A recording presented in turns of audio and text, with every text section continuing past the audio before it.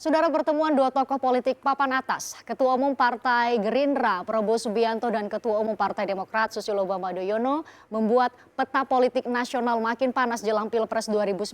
Lebih kurang sih 2 tahun lagi sebenarnya. Apakah pertemuan ini akan mengarah ke koalisi kedua partai atau hanya sebatas upaya bersama demi memperjuangkan uji materi undang-undang pemilu yang baru saja disahkan nanti akan berlaku di tahun 2019? Dan bagaimana partai pendukung pemerintah menyikapi langkah kedua tokoh itu? Untuk bahasnya sudah hadir di studio ada Sekretaris Jenderal PD Perjuangan Hasto Kristianto. Selamat malam Mas Hasto. Malam Christian. Kemudian juga melalui sambungan telepon sudah ada Sekretaris Jenderal Partai Demokrat ada Hinca Panjaitan. Selamat malam Bang Hinca. Bang Hinca. Ya, selamat malam. Nah, kemudian juga ya Bang Hinca, saya kenalkan lagi narasumber lainnya sudah terhubung melalui sambungan satelit. Sudah ada mantan Ketua Mahkamah Konstitusi Mahfud MD. Selamat malam Prof. Mahfud. Selamat malam, Ya, Pak Hasto, Pak Hinca. Malam Prof.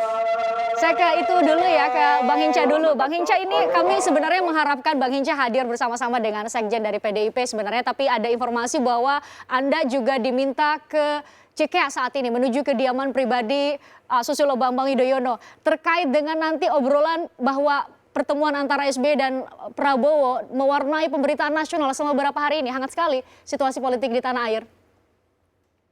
Ya, saya mohon maaf, malam Mas Hasto, malam Prof. Mahfud, saya mohon maaf sekali karena Malam, Bang Hinca. betul tadi sudah saya dekat ke Semanggi, saya harus belok kanan, balik ke Cikeas, kami harus ada pertemuan dengan Ketua Umum, memperbincangkan tentu banyak hal, dan karena itu saya mohon maaf tidak bisa hadir. Bang Hinca? Ya, ya. Nah, mohon maaf tidak bisa hadir, sudah dikonfirmasi apakah agendanya membicarakan mengenai pertemuan Pak SBY dan Pak Prabowo yang kemudian menimbulkan banyak spekulasi, orang yang bertanya banyak hal, apakah kemudian ada koalisi dan sebagainya terkait hal itu? Iya, benar. Ini salah satu di antara yang akan kami bicarakan karena pasca pertemuan Pak Prabowo dan Pak SBY tanggal 27 Juli kemarin, diskusi ruang publik nasional diisi dengan diskusi tentang hal ini.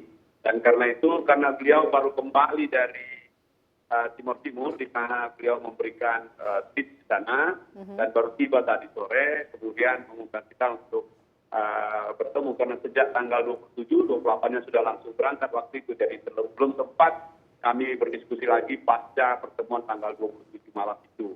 Sehingga malam ini kami juga berbicara lagi tentang hal-hal yang berkenaan dengan kehidupan politik kita secara nasional. Dan saya kira itu normal karena memang semua partai politik tentulah akan membicarakan situasi politik juga.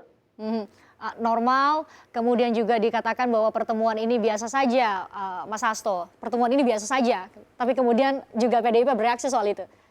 Ya, kami sudah mencoba untuk menanggapi dan meletakkan pada porsi yang benar bahwa setiap partai boleh saja punya desain, punya strategi untuk berkomunikasi dan bertemu dengan siapapun. Tetapi ketika para tokoh menyampaikan pernyataan ke publik, lebih-lebih mengatakan, Pak SBY mengatakan terjadi abuse of power, kemudian betul. Pak Prabowo mengatakan presidential threshold itu lucu-lucuan dan menipu rakyat. Nah, ini kemudian kami harus meluruskan hal tersebut.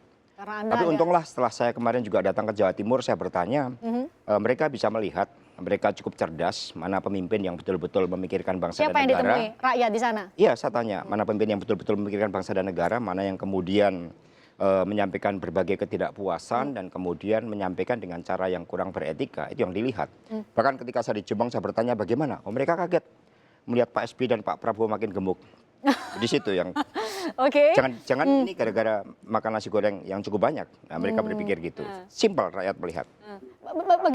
Bagaimana kemudian Demokrat, Bang Hinca, bagaimana kemudian Demokrat mengharapkan publik, terutama tingkat grassroots, mereka rakyat yang kemudian bisa menangkap apa pertemuan dari SBY dan juga Prabowo Subianto, ada harapan itu tentunya politik soal persepsi, ya Mas Hasto.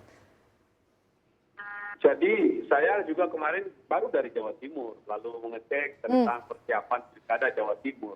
Saya bicara juga dengan banyak teman-teman di Jawa Timur bahwa apa yang disampaikan Pak SBY itu justru tepat pada sasarannya, oleh karena memang ada soal-soal yang sangat fundamental yang tidak pas dengan pengesahan undang-undang pemilu itu.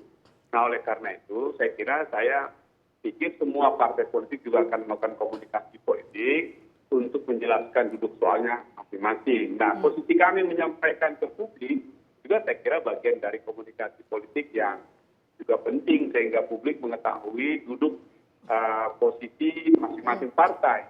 Bagi kita sebenarnya kalau kita lihat persoalan yang dimunculkan sehingga kita diskusikan pada tanggal 27 malam itu adalah soal yang penting sekali dalam kehidupan kita bernegara, yaitu siklus 5 tahunan tentang pemilu kita yang kali ini diserentakkan antara pemilu presiden dengan pemilu legislatif. Nah, ini sesuatu yang belum pernah kita lakoni pasca reformasi kemarin yang selalu dipisahkan gitu. Nah, sebagai konsekuensi putusan Mahkamah Konstitusi yang mengharuskan pada tahun 2019 pemilu presiden dan pemilu legislatif diatur terpisah. Memang diatur serentak. Karena dia serentak tentu menjadi berbeda mekanisme dan sistemnya sebelumnya. Karena sebelumnya itu dibuat terpisah.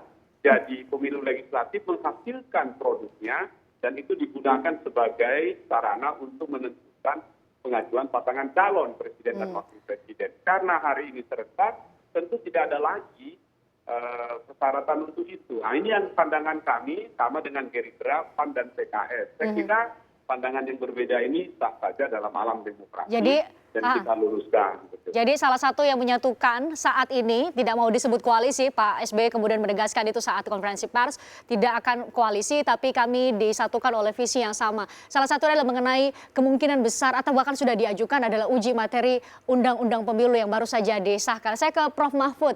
Selamat malam Prof, masih bergabung bersama kami ya Prof? Ya, masih bergabung. Prof, hanya ada dua pilihan bagi semua partai saat ini dan harus mempersiapkan diri untuk itu. Siap-siap 20% atau 25% tadi berdasarkan undang-undang pemilu saat ini, atau kalau permohonan tersebut diterima oleh Mahkamah Konstitusi maka mereka juga harus siap dengan 0% presidential threshold. Artinya kemudian kan kedua partai atau semua partai harus mempersiapkan untuk dua kemungkinan itu ya Prof?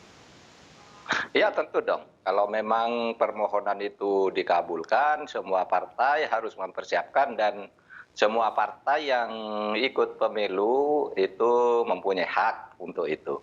Jadi memang belum ditentukan mana yang paling konstitusional dari dua pandangan ini. Yang pertama mengatakan karena pemilu serentak, maka tentu tidak perlu threshold. Terus syaratnya pemilu yang mana kan begitu. Tetapi sebenarnya kalau mau pakai threshold itu ada juga alat pembenarnya kan pemilu sebelumnya sudah. Pemilu sebelumnya itu kan sudah berdasar ujian untuk mengetahui seberapa besar dia mendapat dukungan rakyat.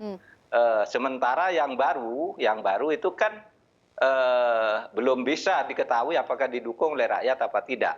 Nah itulah sebabnya lalu ada pandangan threshold itu bisa pakai pemilu sebelumnya. Nah, tinggal besarannya berapa? Apakah 20%, apa 10% atau berapa persen? Itu sebenarnya kalau MK sendiri pada waktu itu karena saya yang memutus ya? Itu. Ya, saya ketua majelisnya pada saat itu menyatakan itu terserah pada lembaga legislatif saja. Sebagai legal policy begitu ya? Dan rasa keadilan, iya. Pada waktu itu kalau saya berpendapat dia tidak perlu semua ikut ikut pemilu kalau memang partai baru yang belum teruji sama sekali di rakyat. Tetapi threshold 20% sama 25 mungkin terlalu besar. Maka yang mungkin wajar, tetapi ini pendapat saya pribadi tidak mengikat sama sekali. Maka yang mungkin wajar semua partai yang sudah mempunyai kursi minimal di DPR itulah yang menurut saya cukup wajar karena dia sudah teruji. Tapi sekali lagi itu terserah saja nanti majelis hakim Mahkamah Konstitusi untuk menentukannya. Apakah 0% atau 20% atau justru yang sudah cukup teruji saja di masyarakat dalam sebuah pemilu yang pernah diikuti pada periode sebelumnya. Nah, banyak yang menyebut parliamentary threshold. Nah, banyak Prof yang menyebut bahwa seharusnya kalau memang dalam konteks itu menguatkan sistem presidensil, dalam konteks untuk menguatkan atau meningkatkan derajat demokrasi kita, seharusnya tidak ada prasyarat ketika kita hendak memilih calon presiden. Apakah kemudian setelah hari-hari ini telah mewarnai pemberitaan nasional, maka kemudian akan mengerucut atau akan disebut nama, kira-kira Partai Demokrat sudah menentukan siapa yang akan menjadi calon presiden atau wakil presiden setelah melihat respon publik atas pertemuan SBY dan Prabowo. Saya akan bahas usai jeda, tetaplah di Sapa Indonesia Malam, saudara.